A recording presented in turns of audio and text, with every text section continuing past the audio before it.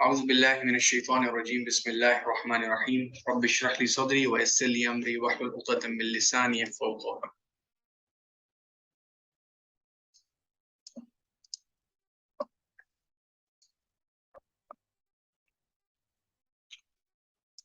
So, all right, let me open up this.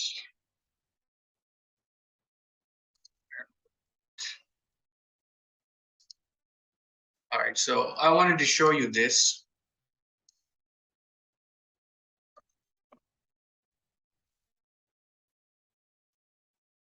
So this is the finalized workflow of how we're going to take the project from now on.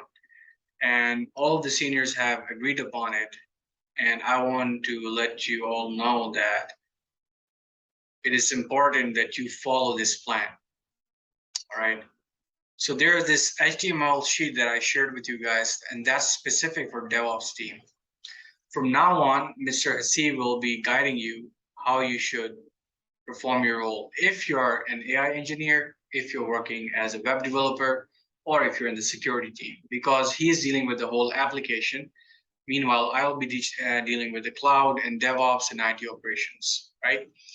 So let me magnify a little bit so you can see it clearly, right?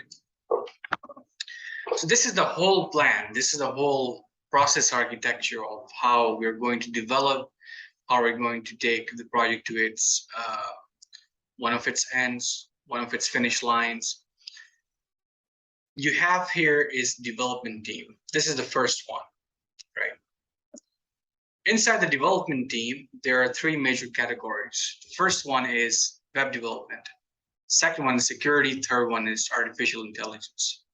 Now, as you can see that all of these three modules are actually communicating with each other and working in collaboration with each other. So we have security. What security is doing is actually monitoring and maintaining all of the processes that are involved in development, and artificial intelligence, all of these things. So let's say an AI engineer writes an algorithm and it's embedding the code into the website, right? Or it's trying to create an API. The AI engineer needs to make sure that he or she is consulting the security team or the security system, the security monitoring and maintenance. All right. Okay.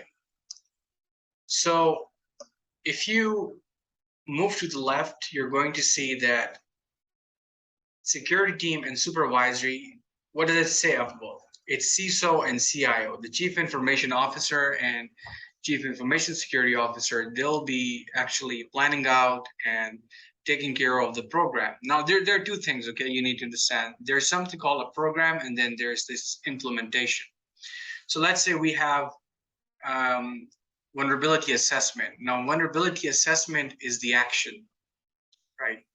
Vulnerability management is a whole program under which the vulnerability assessment is carried out. And same goes for all of these. Like you have to have a supervisory team that is going to actually conduct the whole program. And then the supervisory has allotted people that look after and perform the physical or technological actions to make sure that security is well implemented. So this whole development thing will be led by Hasib, and I've also assigned him as a CIO. At first, I was a CIO, but I'm letting go of that position because I don't think I'm fit for the position. I'm more towards DevOps. Plus, I'll be looking over all of these operations that are going to go in this organization. All right. Okay, so we have this development team. Artificial intelligence, security, and web development are going to work together to create a feature. Let's say when you in agile methodology, whenever you're working with an agile methodology, agile architecture, what's happening is you are basically developing in increments, like smaller pieces. You're developing your whole application in smaller pieces, and that's what we want to do. Is we want to keep creating features like web features or the application features. And let's say if they're getting collected and gathered in a feature pool, right? This is a lot of abstraction right here, right? I'm not telling you about the details. There'll be a detailed architecture for the developers who are going to work on the application. But right now, what I'm trying to do is basically get you an idea of how the overall processes are going to work. So we have a feature pool. Any feature that gets built completely is ejected out, and it comes down to the area where we have quality assurance tester Bakarli, and he is a QA tester for a very long time. And he is going to create the test architecture for all this. But those are smaller details that you don't need to worry about. And with time, you'll get all of those hands-on. So we have functional testing, we have vulnerability assessment. Now, Bakarli is going to test whether that feature is functional and is working according to what's expected out of it. And then when the test is passed, then it needs to be pen tested, right? So let's say we say that there's a feature, let's say I built a feature of this, right? I created a share button, I created a chat box, I created all of these things. And I claim that these are functional, they're working as they're supposed to. Now that's just a functional testing. What I want to make sure is that after it passes all the functional tests, it also needs to undergo rigorous security testing, and that can be only done by vulnerability assessment and pen testing. And once we make sure that the feature is secure, right?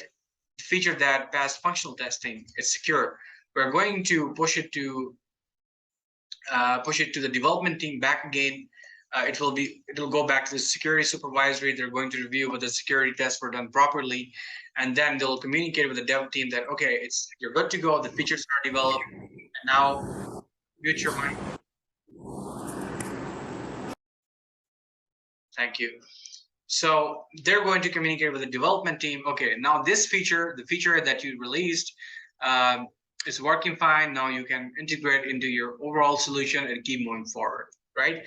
So it's a cyclical process where you are developing features, you're testing them, and you're making sure they're secure. This is also known as test-driven development. Why do we need test-driven development? Is because we don't want to push out a whole product out in the market and then find out that there are a lot of bugs in it. What we want to do is we want to make sure that the product is functional, and slowly and gradually as we move towards DevOps, which will be continuous integration, continuous deployment, continuous development, the test-driven development feature is actually going to help us in DevOps in that sense. All right, so this is how the development phase is going to work. Okay, now for the DevOps, right? Where does the DevOps people stand? Now, for now, like development is going to start in a day or two, and they're going to start developing the mobile application. They're going to start developing the web application for the website, right? Meanwhile, for at least a week or two, we're going to have a rigorous project-based, lab-based DevOps learning, the path that I shared with you guys, or roadmap, right? So if you take a look at this, let me dig it out right here. Yeah, let me open up this for you guys. So we have something up front to see what it is. All right, so DevOps, open it up. Okay. So this is the whole plan, the roadmap for the DevOps that we're going to learn. We start with networking, we go forward to Linux. That's something that all of you know. All I need to do is give you a basic understanding of networking, how networks actually work. AWS, we're already done with. There's not a lot of labs left in AWS. We're going to move down to Vagrant. Vagrant's almost gonna get finished in a day or two. Then I'm gonna show you how to set up a website project, containers, bash scripting. I'm going to teach you all of it. And then there's going to be a CI/CD or AWS cloud project. And we are gonna go in this circular way. Once we're done with the infrastructure as a code building, cloud formation. Okay, so what's infrastructure as a code?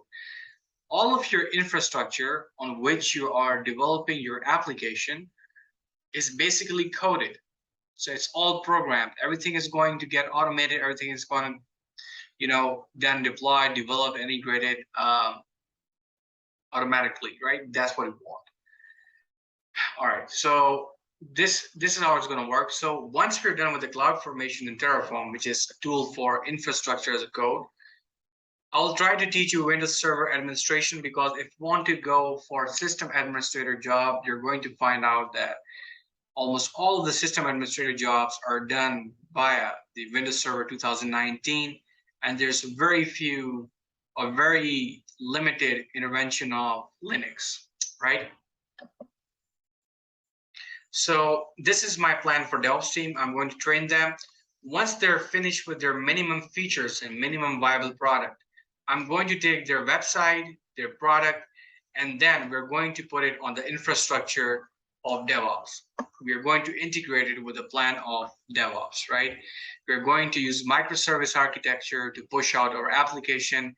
We're going to continuously test it, develop it, integrate it on AWS. We're going to make sure it's a production grade application. So DevOps comes later. It's a step 3. Step 2 and step 1 need to get finished in a month. Once they finish with the minimum viable product, if the things are working fine, all the functions are going fine, then we're going to put on the production for a week so people can test it and learn DevOps. And then we will remove DevOps for at least for the next 3-4 months. And yeah, then you guys will start applying for jobs, so you guys can get a good job, good paying job, right? So once we push it to the production on AWS, then we're going to deploy it on the database where users and customers can come and actually we can start doing business with this. All right, so there's a lot of security testing. There's a lot of test-driven development, unit testing involved in this. We're working on this. But for those who are stuck with me, who are studying DevOps, they need to be a little bit patient, because you see, there's a lot to do. You see that? I'm going to teach you Git. I'm going to teach you Docker. There are a lot of projects. It's not as simple, right? So we need to make sure we learn. Even if you complete this course with me, this whole roadmap, you can start applying for junior DevOps positions. You can go for a DevOps engineer. You can go for a Linux administrator or Linux engineer, because all of these Linux jobs are today requiring all of these automation tools. All right. So if anyone has any question, go ahead and ask me.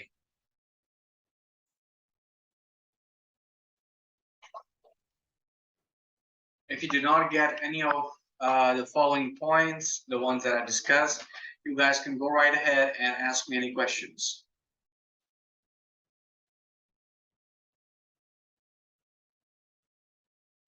Am I audible, sir? Yes, you are. Sir, my question is, like, we would be starting from the networking, if I am right. Yeah. The starting point in this whole project is networking. Then we move to Linux and then AWS and Vagrant. We are working now on Vagrant. Yeah. So what's your question?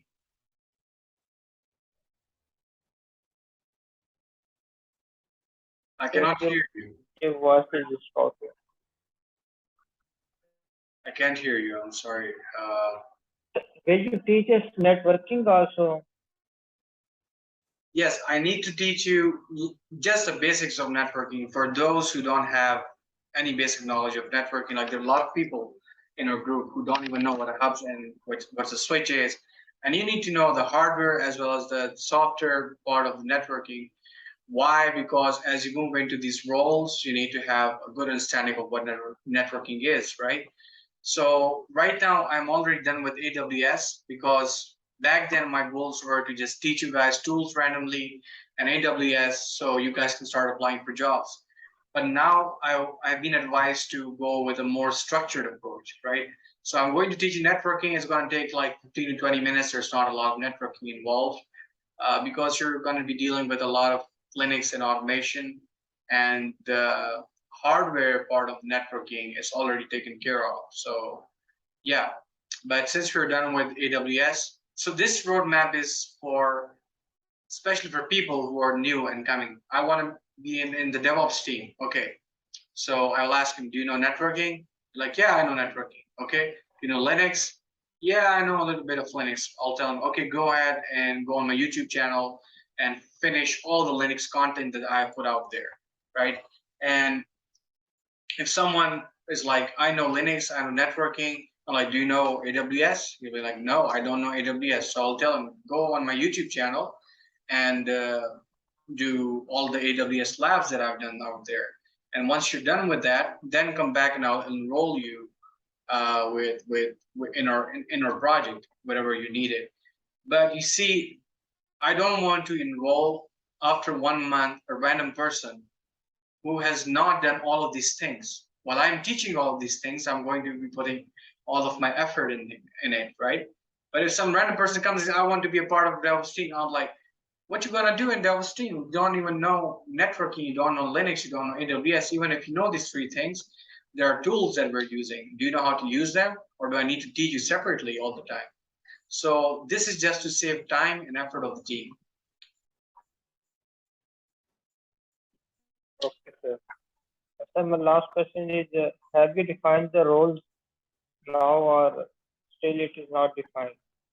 For the DevOps team, the roles are not defined yet because we have to, first of all, learn these tools. And as soon as we get to the Terraform and CloudFormation, we'll together start building infrastructure.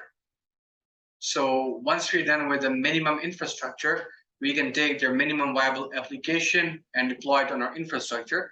And from then on, we'll be using DevOps practices, right? So it's like,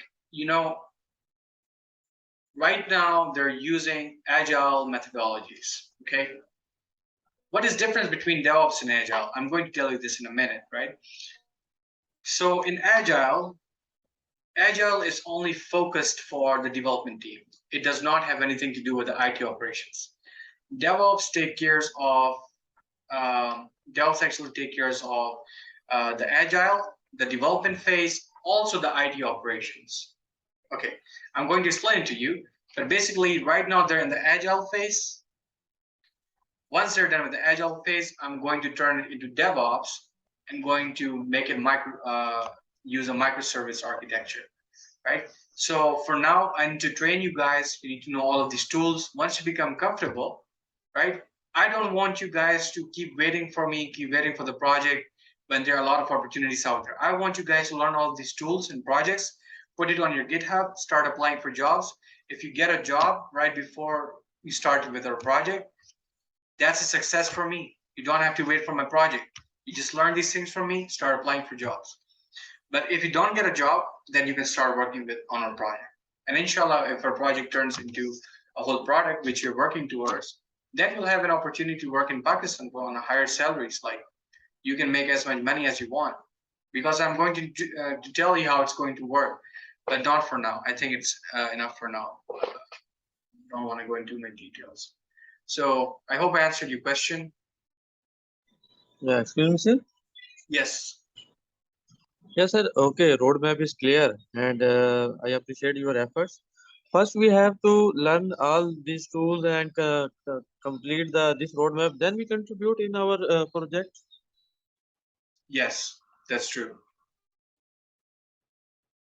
The reason behind that is if I just bring you in and start contributing in the project, you will not know what to do with the project, right? There'll be a lot of frustration. There'll be a lot of waste of time. My time is important. Your time is most important.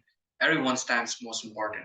So the wiser thing to do is actually get yourself prepared before you go to the war. Because trust me, once you go to start developing infrastructure as a code, a lot of issues are going to come. But if you follow this path right here, which is not going to take you more than 2 weeks, inshallah, I'll put all of my effort into, because they're not really lengthy projects. They're just small projects. Once you get done with all of these, you'll have a good idea of how to troubleshoot, how to basically create infrastructure as a code, how to be a DevOps engineer, right? How to think like a DevOps engineer, what to expect, what are the challenges. But if you don't go through a roadmap, you don't go through a passage, and you're just coming as a DevOps engineer, well, you're good for nothing. You're just wasting your time and our time. If it was just about you and I, we would have worked together on a small project and I'll be like, okay, we know DevOps now, that's fine. But since there are a lot of people involved, this is a whole organization, time is money, time needs to be respected. So if anyone is not comfortable with going through this roadmap, number one, Hold on, just a second. Okay. If someone is not comfortable going through this roadmap, which is absolutely essential, okay, which is absolutely essential, then you can switch to security team, you can switch to AI team, whatever you're most comfortable with. And if you're not comfortable with anything, um, you know, we can give you a duplicate of our application. You can play around with it, or I can give you web template and play around with it, learn at your own pace. But I'm going to have you go through a very rigorous program, and I'm going to be committed 100% day and night, because now I have switched myself from CIO to just a DevOps guy, and I'll be looking for the CEO, all of the operations, right? So I hope I answered your question. I know it's difficult. I know it seems a lot, but it's not really a lot. Most of these things you already know. There's a lot of AWS involved. Most of these projects are already done. If you have taken my labs on YouTube, I hope I answered your question. There's another question. What about firewalls? Okay. What about firewall? What about firewalls, VPN? What do you mean? Could you kindly explain what you mean by firewalls and VPN? Sanola?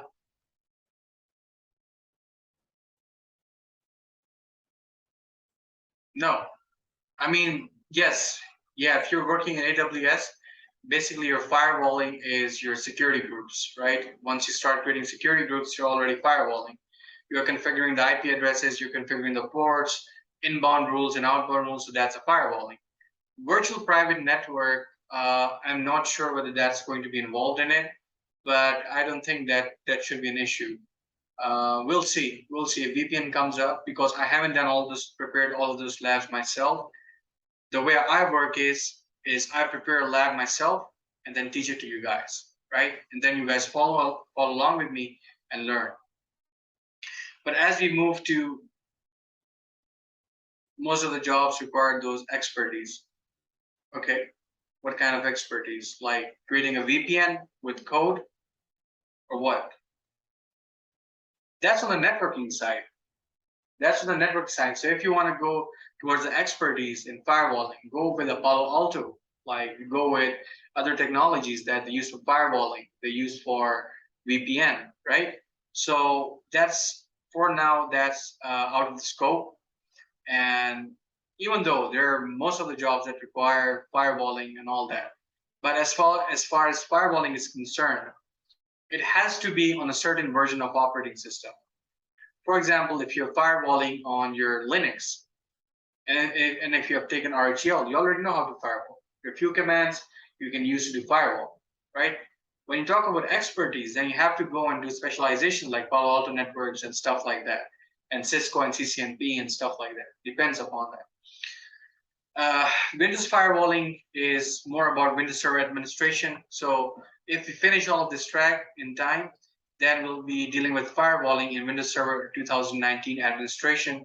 That's an optional course if you want to go along with me, because I'm doing it for myself, this one specifically. Someone wants to join, they're more than welcome.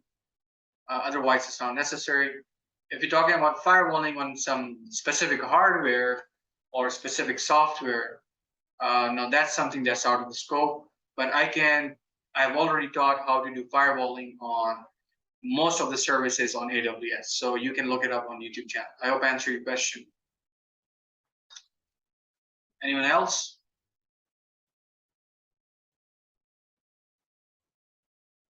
Any questions? Or should I move along?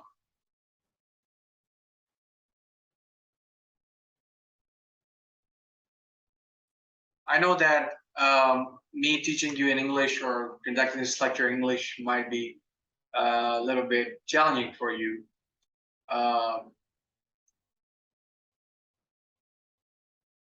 Yes, it's Java framework.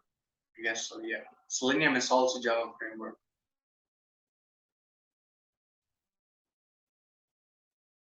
We're going to get to that soon. So, to be honest, I haven't explored all of these things. Okay. Right now, I'm at Vagrant.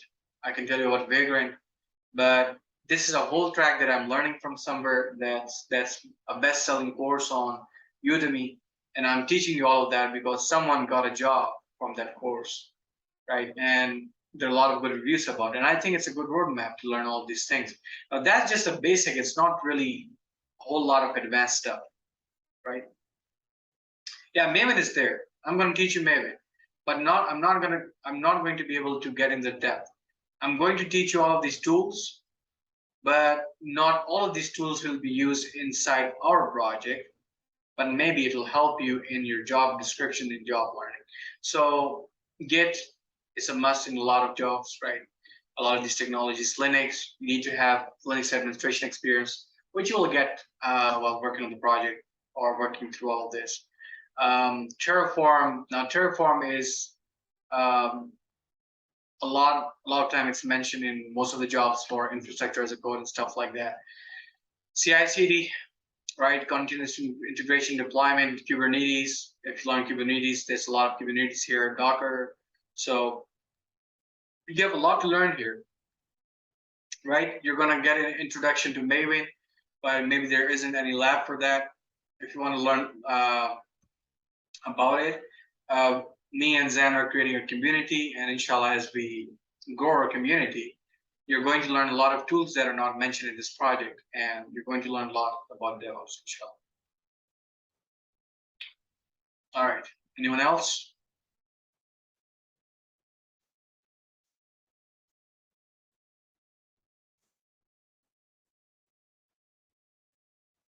Inshallah.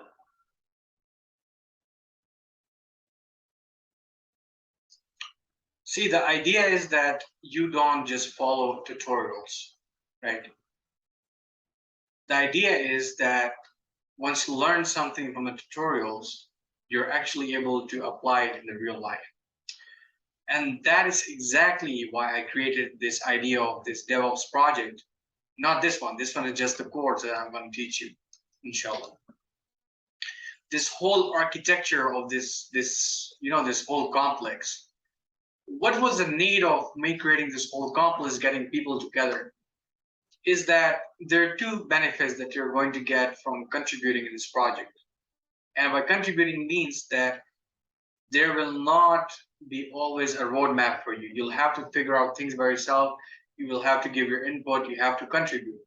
Okay. Number one, we are registering the company. In a day or two, I have given this task to Aseed. That's his deadline. If he gets it registered, well and good. Otherwise, we're going to register this company. We already have a domain name, and I'm working on the landing page right now by the name of Qbracket.com. Right, so I need to put up a really good looking page right up here, fancy one, right, so people can subscribe to it until it's developed. And second thing is, what it's gonna say, just forgot. So yeah, you're gonna get internship letter from us. Number two, you're going to get hands-on experience. You want to go into DevOps, okay, you're learning DevOps with me. Once they're done with their minimum product, we're going to push it on the DevOps infrastructure. We're going to test it, deploy it, and then you're going to put your contribution on your GitHub.